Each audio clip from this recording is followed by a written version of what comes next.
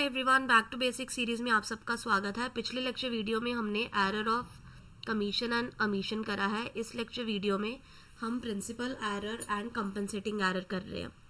सो इस सीरीज में बच्चों जो लोग अकाउंट्स की प्रिपरेशन करना चाहते हैं, किसी भी गवर्नमेंट एग्जाम की प्रिपरेशन करना चाहते हैं, अकाउंटेंट की, यूजीसी नेट की, ऑडिटर की, सो उनके लिए ये बेसिक से अकाउंट्स करना बहुत ज़रूरी है। सो अगर आप लोग मुझे पहले से फॉलो कर रहे हैं तो आप व्हाट्सएप ग्रुप भी ज्वाइन कर सकते हैं 8054481573 इस पे मेरे को मैसेज करके। So let get started without wasting any time. So guys, principal का मतलब होता है जब हम एक्सपेंस को इनकम में डाल देते हैं या एक्सपेंस को एसेट में डाल देते हैं, एसेट को एक्सपेंस में डाल देते हैं। जैसे फर्स्ट एग्जांपल हम देखेंगे मशीनरी। मशीनरी एक एसेट है,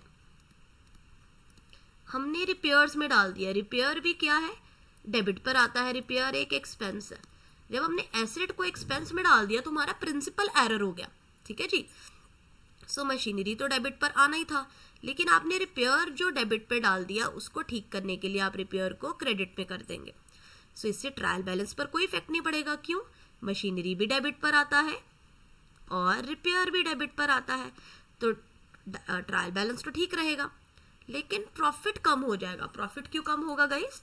क्योंकि रिपेयर एक खर्चा है और खर्चा ज़्यादा डालने से प्रॉफिट आपका कम होता है। Same sale of furniture recorded at sale of good.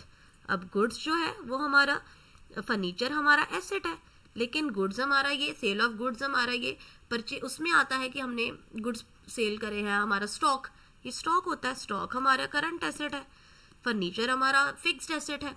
So principal change हो गया ना।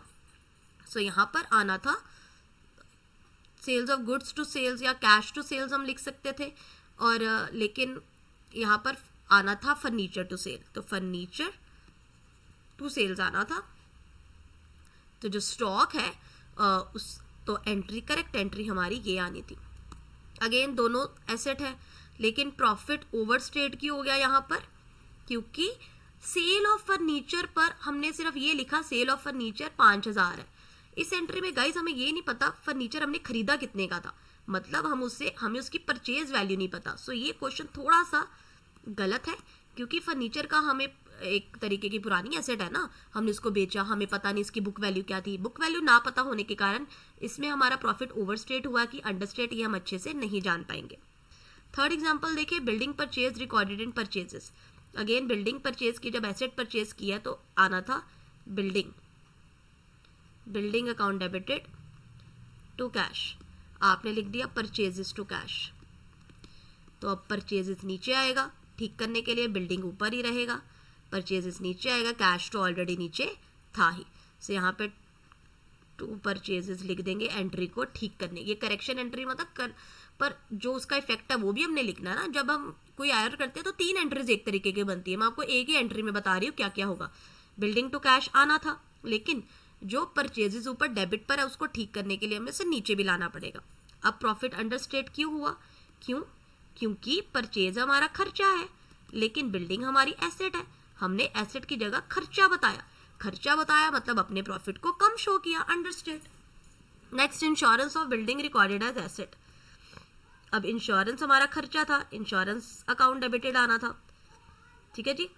आपने लिख दिया बिल्डिंग अकाउंट डेबिटेड। अब अगेन आना था एंट्री इंश्योरेंस टू कैश। आपने लिख दी बिल्डिंग टू कैश। अब बिल्डिंग नीचे लेकर जाएंगे हम उसके इफेक्ट को कैंसिल आउट करने के लिए।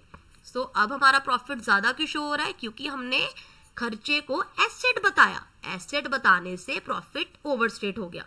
जैसे यहाँ पर उल्टा कर दिया था, परचेज खर्चा बता दिया था एसेट को, बिल्डिंग की जगह परचेज लिख दिया तो अंडर स्टेट हो गया।